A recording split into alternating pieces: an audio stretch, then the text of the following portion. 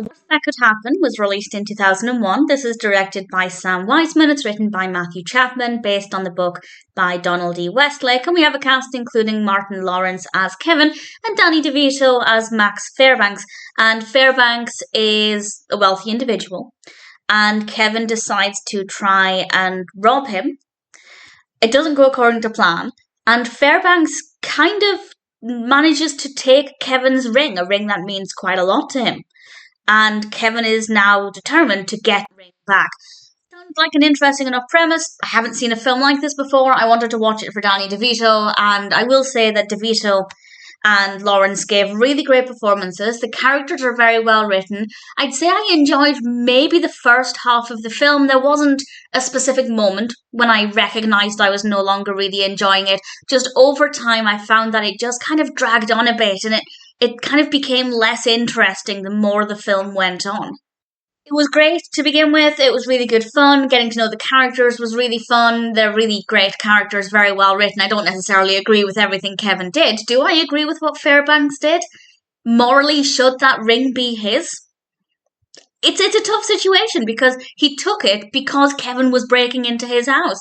Had Kevin not done that, Fairbanks wouldn't have been in a position to take the ring. And I won't say how he takes the ring. It makes sense when you watch the film. It plays out in a way that makes sense. It is, I guess, a morally grey area. Should he have the right to that property? Technically, no, it's not his. But if Kevin's breaking in, then I guess, what goes around comes around. So I thought that was quite an interesting concept, and it certainly made me think about how I felt about the situation. But after a point, I just found that the film was really dragging. It felt longer than it needed to be. It's not tremendously long. It's about an hour and a half, and in general, that's roughly how long I would have expected it to be.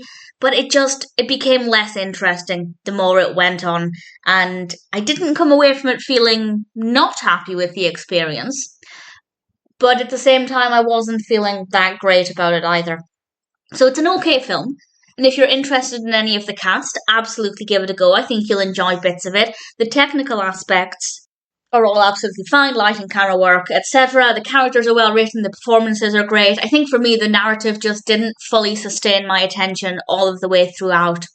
And it's not so much that I disagree with the direction in which it went. I believed everything that happened within the context of the story. I just found it to be less appealing the more it went on.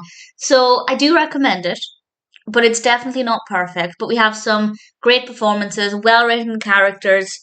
The overarching narrative I really like. I just think that it wasn't as fun as it went on. But nevertheless, it was an okay experience. I guess I'm glad I watched it. The reason I watched it was for Danny DeVito. I'm glad enough I had a reason to watch it for a one-time watch. Wouldn't watch it again, but I guess I didn't mind it. And if it sounds like a film for you, or if you're interested in anybody in the cast, then I'd say What's the Worst That Could Happen might be worth checking out.